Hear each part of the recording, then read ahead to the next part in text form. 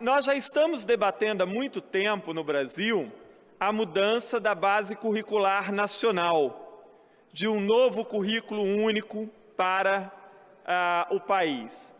Ora, é claro que o currículo, ele é uma parte central do processo educacional, não se discute. No entanto, quando nós não resolvemos os problemas básicos da educação, não adianta mudar currículo. Porque se a questão fosse só de mudar currículo, então bastaria pegarmos o melhor currículo do mundo e adaptá-lo aqui no Brasil.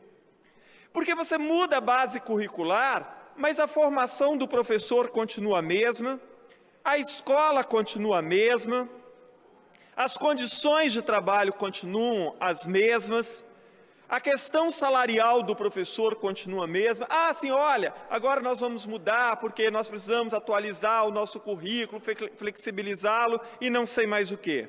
É importante pensar nisso.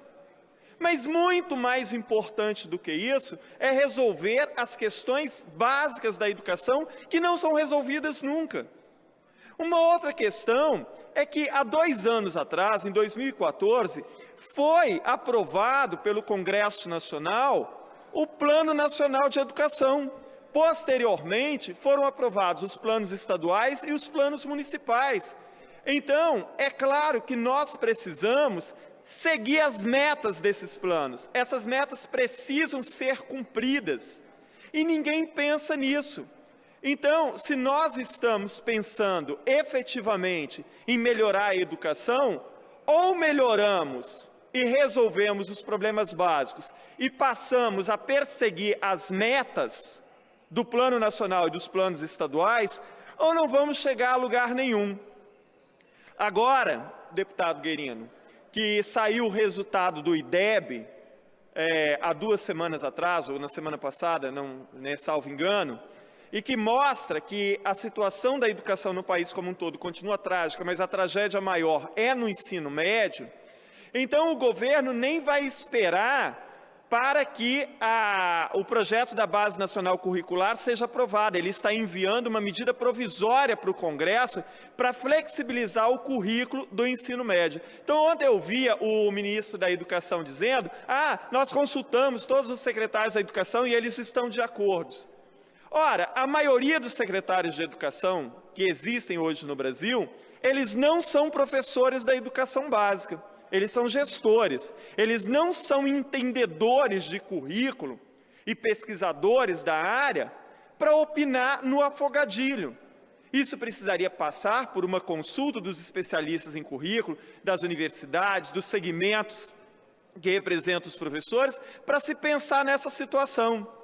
Então, eu via dizendo ontem, olha, vai mudar o currículo principalmente do 3º ano do ensino médio, porque daí os alunos vão poder ali optar por quais disciplinas eles pretendem se aprofundar e não sei mais o quê. Eu não estou dizendo que isso não deva ser pensado, mas, novamente, olha a miopia que existe no olhar educacional, como se o problema do resultado baixo do IDEB em nível de Brasil, apesar de aqui no Espírito Santo ter havido um crescimento, como se este problema estivesse vinculado à flexibilização ou não do currículo. Ora, eu posso flexibilizar o currículo o quanto eu quiser, eu posso dar disciplinas opcionais, eu posso permitir que os alunos se aprofundem mais em ciências exatas ou humanas ou biológicas, ou seja lá o que for. Mas a escola que esse menino frequenta vai continuar sendo a mesma, porque ninguém pensa num momento como esse de resolver os problemas básicos. Olha, vamos agora dar uma estrutura decente para as escolas, vamos fazer com que a escola esteticamente, em termos de condições de trabalho, que ela seja mais atrativa, vamos montar novos laboratórios, vamos requalificar e qualificar muito bem os nossos profissionais. E isso, em primeiro plano, é que faria diferença.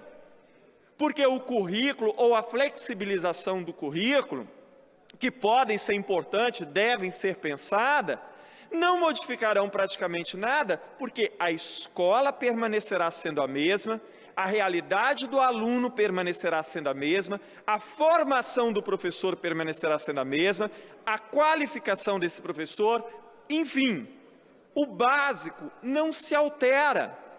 Então, eu penso em flexibilizar o currículo, por quê? Porque isso significa que o governo não vai precisar mais investir mais em educação para fazer essa mudança e cria uma cortina de fumaça, passando à sociedade a ideia de que o governo está muito preocupado com a educação, provocando esse tipo de mudança.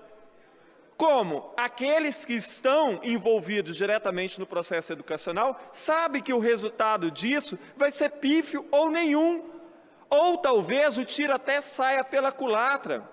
Se nós temos hoje uma quantidade cada vez maior de alunos da educação básica saindo da escola como analfabetos funcionais, ou seja, sem saber ler e interpretar corretamente, sem dominar as 4 operações da matemática corretamente, que diferença fará mudar o currículo ou não? Então, assim, me causa espécie toda vez que eu vejo as discussões em termos de educação, porque elas sempre estão no lugar errado, sempre está se discutindo aquilo que é secundário, que pode ser importante. Como eu disse antes, discutir currículo é algo importante, flexibilizar currículo é algo importante, mas muito mais importante do que isso é resolver os problemas básicos da educação. Hoje, na questão da qualificação e remuneração de professores no país, é uma vergonha. Saiu a pesquisa da OCDE agora há pouco tempo, mostrando que os professores brasileiros, em média, os professores da educação básica, do ensino superior, a média é parecida com alguns dos países desenvolvidos. Agora, a média salarial da educação básica, ela é metade da média global da OCDE. E a média, deputado Edson, a média salarial do professor de educação básica no Brasil, ela é mais baixa do que no México, do que na Colômbia, enfim. Como nós vamos atrair as melhores cabeças para a educação com a remuneração que se paga? Hoje, segundo a ONG Todos pela Educação, aproximadamente 60% dos professores de física no Brasil não têm qualificação em física. E isso acontece em quase todas as áreas. Por quê? Porque se desestimula o tempo inteiro as pessoas a estudarem para serem professores. Porque se fosse só a questão salarial, mas não é. Junta-se a questão salarial com as péssimas condições de trabalho que são oferecidas normalmente. Junto a isso, hoje, a maior parte dos problemas que atinge a sociedade, violência, droga, desestrutura familiar, etc., isso estoura tudo dentro da escola.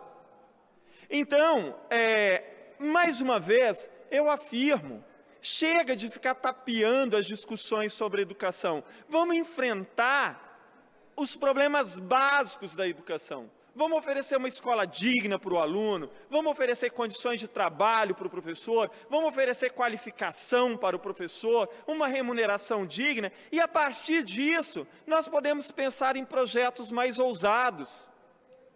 E, principalmente, o governo federal e os governos estaduais precisam cumprir as metas do Plano Nacional e dos planos estaduais de educação. Nós não podemos fazer dos planos, tanto nacional quanto os estaduais, mais uma carta de boa intenção. Aqui no Espírito Santo é um exemplo claro. Nós não estamos perseguindo nenhuma meta clara do Plano Estadual de Educação. Lembrando que os planos estaduais e os planos municipais, eles foram feitos alinhados com o Plano Nacional. E o Plano Nacional, ele foi feito fruto de um amplo debate realizado no Brasil inteiro, por universidades, por secretarias de educação, por órgãos ligados à educação. A CONAI, que esboçou, ou que fez, que redigiu o plano final, esse plano sofreu poucas alterações no Congresso Nacional. Então, nós deveríamos nos empenhar. Eu sei que a situação é difícil, tanto do país quanto dos estados, mas vamos escolher ali uma ou duas ou três ou uma que seja, e vamos perseguir essa meta, vamos colocá-la em prática de tal forma que nós tenhamos os resultados esperados. Educação não é para ter resultado amanhã, depois da manhã. Educação mostra-se os resultados com projetos bem feitos a médio e longo prazo. Então, fica aqui o meu repúdio a essas mudanças que são feitas no afogadilho, sem pensar e só para criar a ideia de que o governo está dando uma resposta para os graves problemas educacionais.